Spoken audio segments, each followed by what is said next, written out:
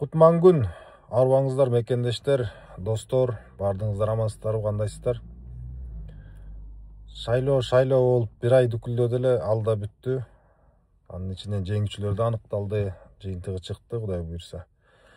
Анан эми ушул жогорку кеңешке эл өкүлү болуш үчүн кандай мыйзам керек деген боюнча мен өзүмдүн пикирим менен бөлүшүп коеюн дедим да, жеке. Мисалы үчүн ушул жогорку кеңешке барып эл өкүлү болуш үчүн өкмөт тараптан коюлган бир талаптар болуш керекпи дейм да.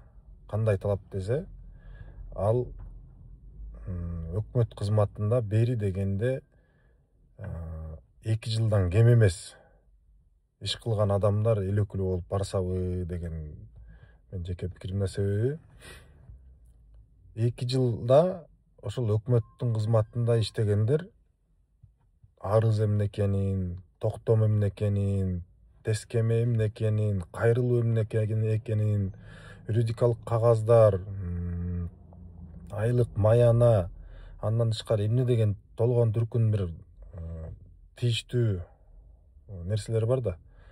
Ошол нерселерди элементарно ошол нерселерди билип алып туруп, анан жана жогорку кеңешке барса, мен ойлойм биздин элдердин жашоосуна ылайыктуу мыйзамдарды чыгарганга түшүнүгү болот да, дароо.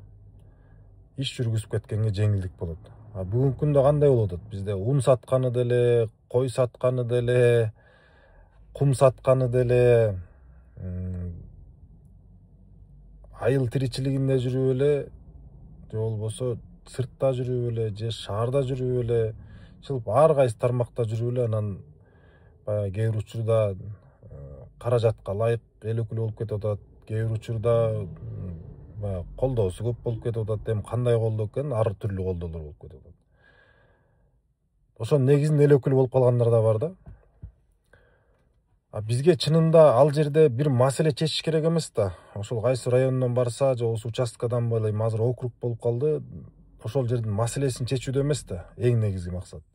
Эң негизги максат биздин бүгүнкү күндө жана келечектеги биздин тиричиликте, биздин турмушта туура ылайыктуу мыйзамдарды жазуу, мыйзамдарды чыгаруу да. Ошол мыйзамдар туура жазылса, мен ойлойм, ушул биздин жашообузга жеңилдиктер болобу депчи. Ал маселе бүгүн чечилет. Бирок кийинки учурда башка эл өкүлү келип калса, маселе чече албаган эл өкүлү келип калса, ал маселе чече албай калса, анда кандай болуп калат? Ошол округда иш жүрбөй калабы? Ошол себептен мен ойлойм, мындай билимдүү, илимдүү, өкмөттө кызмат кылып жок дегенде элементарно, жанагы айтып өткөндөй, кагаз жүзүн тааный билген адам барса, кызматтын баягы ар бир даража тепкичтерин түшүнө билген адамдар барса, ошондо анан мыйзам чыгарган жеңилирээк болобу. Ар бир кесиптин бир ээси болуп барса, бүгүнкү күндө бизде бир кесипти аркалабай туруп эле, же болбосо жогорку бир иште иштебей туруп, мындайча айтканда, такыр түшүнүгү жок болуп туруп эле эл өкүлү болуп барып калып атышат, анан ал жерде бир 2 жыл, 3 жыл жөн эле жүрүп атат да, түшүнбөй эле эмне иш кылыш керек, комитет деген эмне, комиссия деген эмне, токтом деген эмне, жыйынтык, корутунду деген эмне, ошолорду түшүнбөй эле байкуштар өтүп кетип атат да.